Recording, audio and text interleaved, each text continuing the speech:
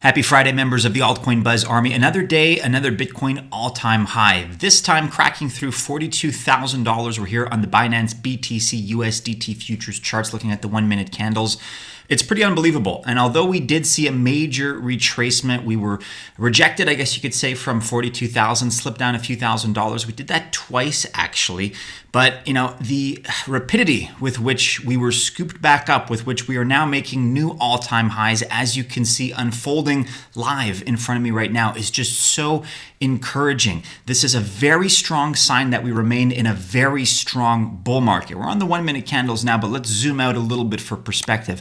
Looking at the 1-hour candles, you can see that although now we sit above $42,000, we did take a couple of hits actually. As soon as we breached that 40K mark, we slipped down a few $1,000 on not one, but two occasions. And just as quickly, the prices were scooped back up because buyers are desperate for Bitcoin. There is no supply left. So although yesterday's volatility may have been difficult for some, zoom out even further. Take a look at the 1-day candles. It's as if nothing even happened, guys. And just like that, the steady march of progress when it comes to Bitcoin's price continues. Ethereum also doing very well. We're back on the 1-day candles. Let's switch to the 1 hour here. Ethereum shaken up all the way down to, in the 1,060 range based on yesterday's Bitcoin activity, but now back up very nicely, challenging local all-time highs again. And I think once we surpass $1,300, we're going to challenge all-time highs. Litecoin also doing very nicely indeed. Enjin doing very nicely. Let's take a look at Enjin, up 24% in these last 24 hours, hitting a high here of 27 cents. So we're going to be discussing all of these projects, guys, some other altcoin news, some other regulatory news. We're also going to be discussing the fact that Ethereum really does seem to be the hot topic right now, because even though Bitcoin is still behind versus its 2017 kind of hype reading in terms of Google Trends, Ethereum is actually at a new all-time high in terms of its search term popularity on Google Trends. So stay tuned. We'll take a look at all that. All right, don't these numbers look good? First of all, total market cap now $1.1 trillion. That's up another nearly 5% on the day. Bitcoin up 44.5% over the course of the week, but Ethereum up even more, 71.5% this week. Both of those performing extremely well. Bitcoin, let's start with that. If you take a look at all assets here, we're on company's market cap, but we're including precious metals and cryptocurrencies. Gold, of course, tops the list at just below $12 trillion total market cap. And then you have the major top 10 global companies, the multinationals. Bitcoin, at the time of this recording, has flipped Facebook. In fact, let's refresh because the numbers have gone up even further since I started recording. Bitcoin now $779 billion total market cap to Facebook's $755. The funny thing is that we would have caught up with Tesla by now had the numbers for Tesla been the same as they were last week. But based on all that's happened politically and, with Elon Musk and whatnot, Facebook has actually been doing very well, up actually 5.7% today alone and doing very well over the course of the last month. So Facebook kind of performing almost like a cryptocurrency. So it's providing Bitcoin with a little bit of challenge here in terms of catching up, but we will catch up to Tesla eventually. They're looking more and more like they're going to be a $1 trillion+ company this year, but it is inevitable that Bitcoin will overtake Tesla eventually. And with that being said, we're looking at Google Trends here. Specifically, we're looking at the term Bitcoin, and we're still not yet at all-time highs of the kind that we saw in 2017, in December 2017 for Bitcoin, when we reached a local all-time high, as you can see here in a relative sense, during the week of the 17th to the 23rd. In comparison, right now, we're only at about 49% of that search volume. But this is the kind of search volume that's driven by, individuals, by private citizens, by retail investors. That's why the story of this bull run for Bitcoin is institutional. It's all the institutional firms that are leading this charge. It's Grayscale, it's MicroStrategy, it's PayPal, it's Ruffer, it's MassMutual, it's all the other ones that we talk about on a daily basis. And so this is still an evolving space, and you're going to see this search term rise in popularity, I think very quickly, in my opinion. Probably over the course of the next several weeks, we'll hit that new all-time high in terms of search popularity. But we're not there yet, which I think is encouraging and both interesting to see.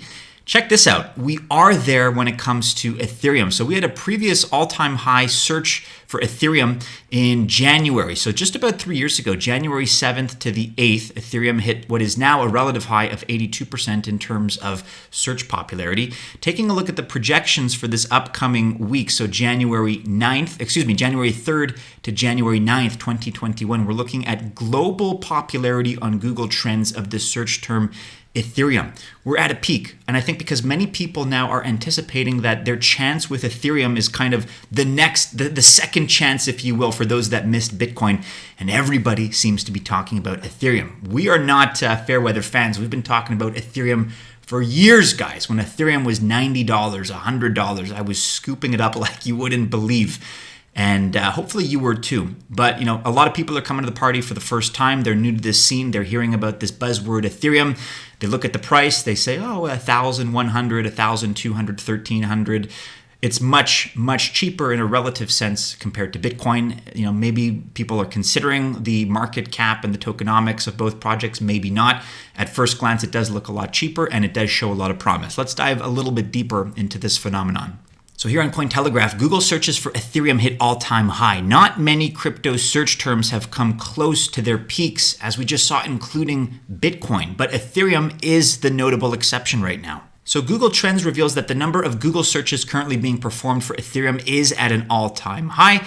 The previous peak was on January 13th, and that coincidentally is the time that Ethereum reached its all-time high of $1,432. This has been described as a so-called folk metric, or a gauge, a barometer of the popularity of a given project at a given time.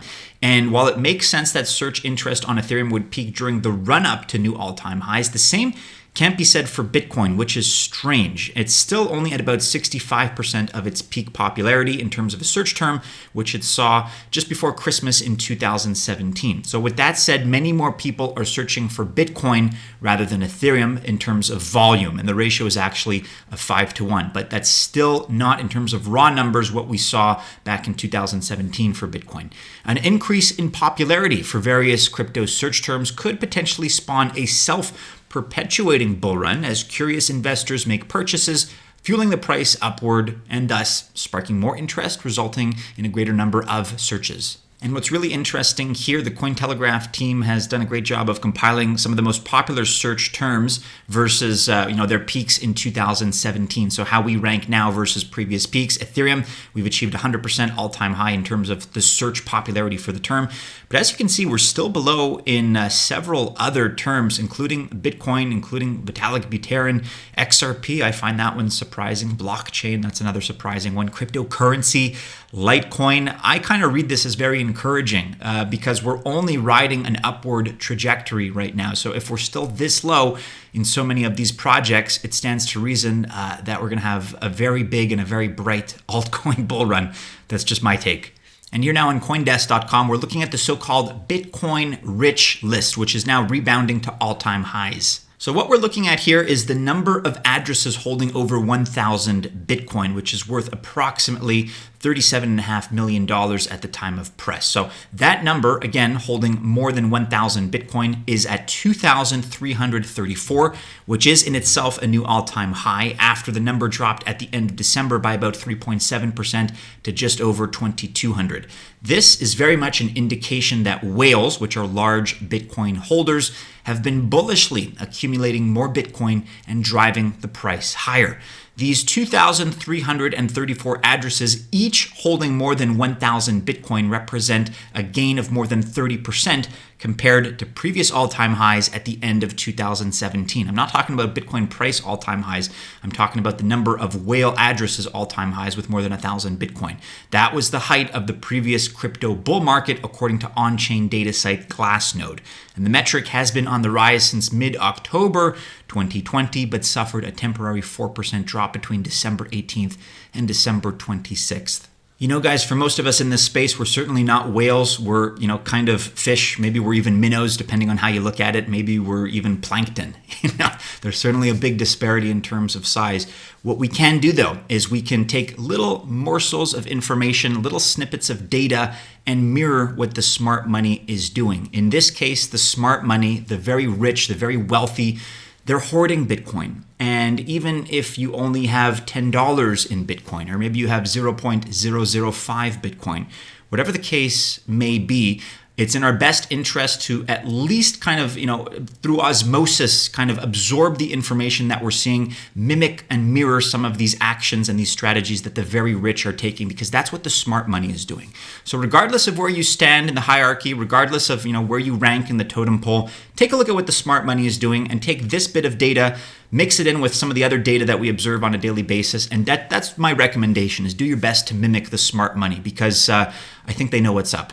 Speaking of smart money, and we just discussed Tesla a moment ago, you guys have likely heard by now, but Elon Musk, who of course is the CEO of SpaceX and Tesla, he has surpassed the net worth of Amazon founder Jeff Bezos, and thus is now the richest person in the world, with a wealth of approximately 185 billion. And it's maybe more than that if he owns secretly some Bitcoins that we don't know about. So this is a pretty big deal. Elon Musk, of course, the former CEO of Dogecoin, has become the richest person.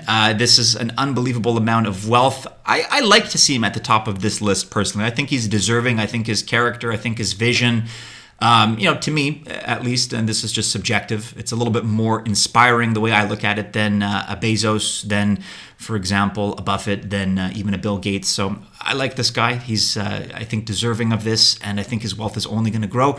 As we saw a second ago, Tesla, I mean, is just soaring. First of all, Tesla is up something like 10 times, 11 times this year.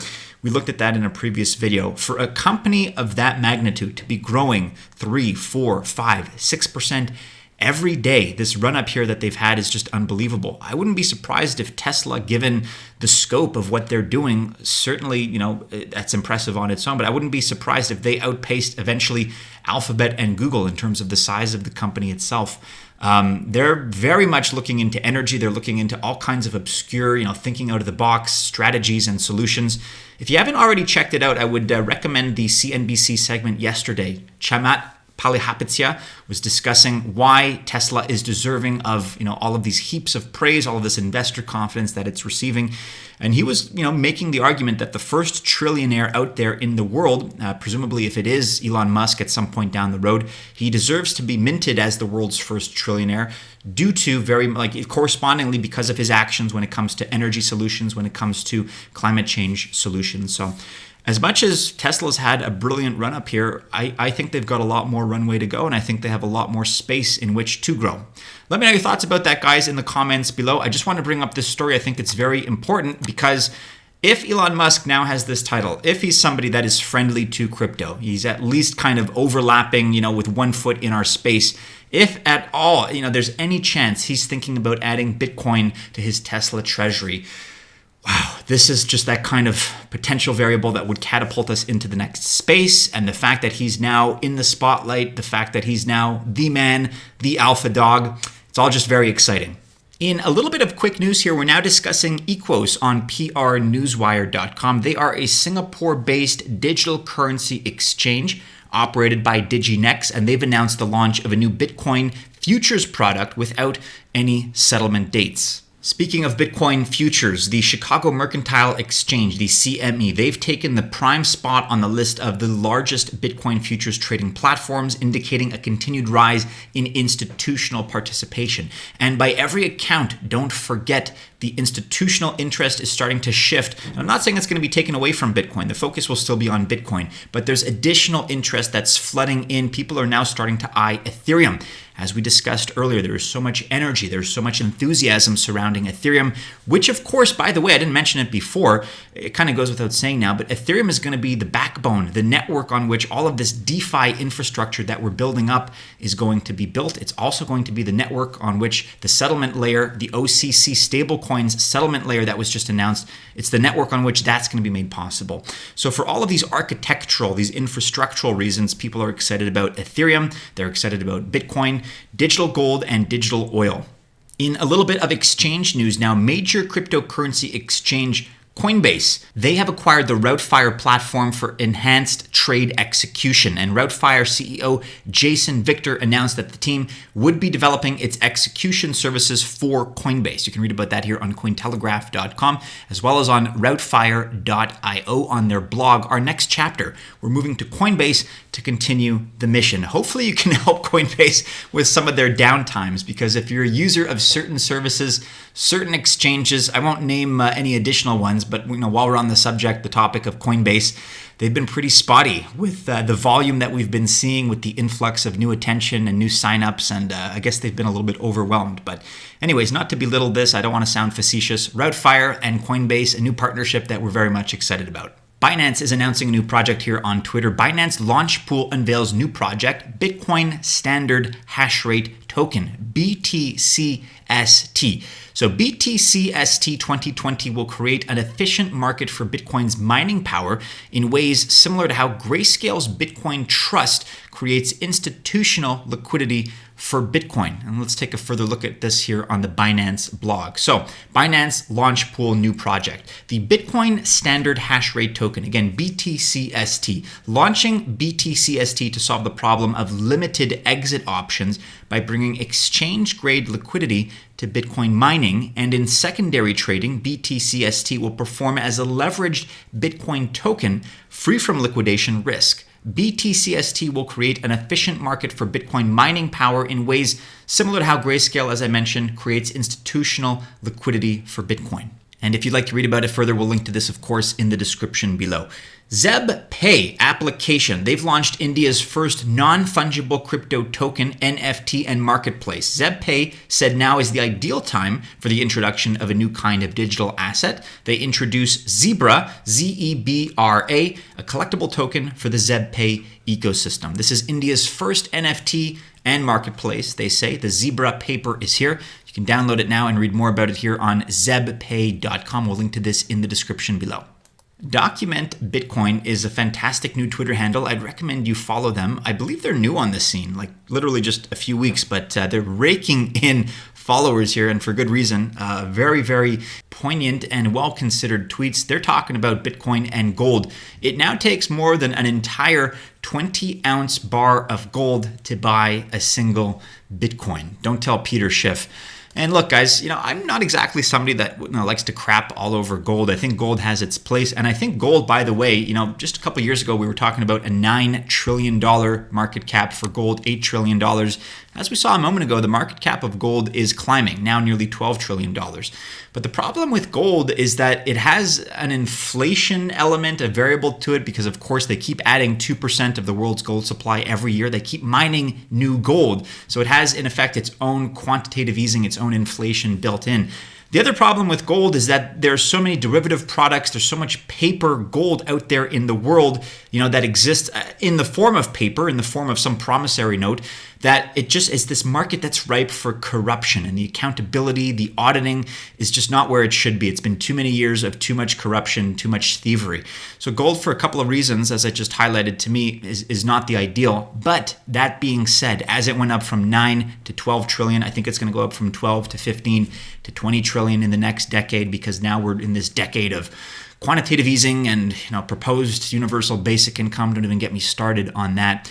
But, I think eventually, it's going to take some time, but eventually Bitcoin will catch up with gold, perhaps, maybe even about, at the 20 trillion mark. I don't think, obviously, by the time Bitcoin gets to 12 trillion, gold will no longer be there, so we're chasing a moving target. The thing about gold, though, I got into gold, I have to say, at about 2010 time, as you can see here. And, I was just so unimpressed. It was just so underwhelming and lackluster that I got out actually within a couple years. I just felt like this isn't going anywhere. I felt the manipulation. It was palpable. Now, if you got into gold in the 1970s, in the early 70s for a couple $100, then, by every measure, you've achieved phenomenal success. But in these last years, in this last decade or so, that's been characterized by quantitative easing and recessions, gold just hasn't done it. It's now back below $1,900 to $1,854. So, I have this, I guess, mixed opinion of gold when it comes down to it. I like the idea of it. It's just flawed. And Bitcoin, as Anthony Pompliano recently said on CNBC, is at least 10 times better, deserves at least a 10 times market cap. So that's it. Just wanted to highlight the price of gold right now below 1900, and Bitcoin, thankfully, you can't even buy one full Bitcoin with a 20-ounce bar of gold. I think that ratio is going to continue to tilt in Bitcoin's favor as time goes by. Finally here, guys, and just quickly to celebrate the end of a year, we'll never forget, 2020 was pretty crazy. We've partnered, CoinMarketCap has, with Enjin to mint an NFT that says, "Good riddance to 2020. To be in with a chance of winning a CoinMarketCap RIP 2020 NFT that can be used in 6 games, click on the link below. And we covered this here on altcoinbuzz.io. CoinMarketCap and Enjin partner to bid goodbye to 2020. CoinMarketCap is celebrating the end of one of the most catastrophic years in history, and they're doing so with NFT minting. This article by Deepika. It's probably fair to say that 2020 proved to be a year no one will ever forget. And to bid a proper farewell to the year, CoinMarketCap announced a Good Riddance NFT in partnership with Enjin. And according to the official announcement, CMC will use Enjin to mint RIP 2020 NFT. 6 games will be using it. For more information, guys, check out the article. We'll link to it in the description below. So that's it for today, everybody. Are you one of these people that are incessantly searching, Googling Ethereum? Because the numbers only seem to be going up. And not to take anything away from Bitcoin, but I think we're about to see something very, very special in these next few days. I think everybody's just kind of waiting for a breather here when it comes to Bitcoin, and then we're going to see something special, at least in my opinion. So, guys, there's a lot happening. Of course, to stay abreast with all the news, make sure you're following us on all the regular social media channels and keep checking back into altcoinbuzz.io for the latest. Like, subscribe, share, and hit the bell to receive notifications. If you enjoyed today's video, best of luck, of course, if you choose to invest on this Friday. But stay safe, everybody. Have a great end to your week, a great start to your weekend. As always, we do hope to see you again soon in our next video. Take care.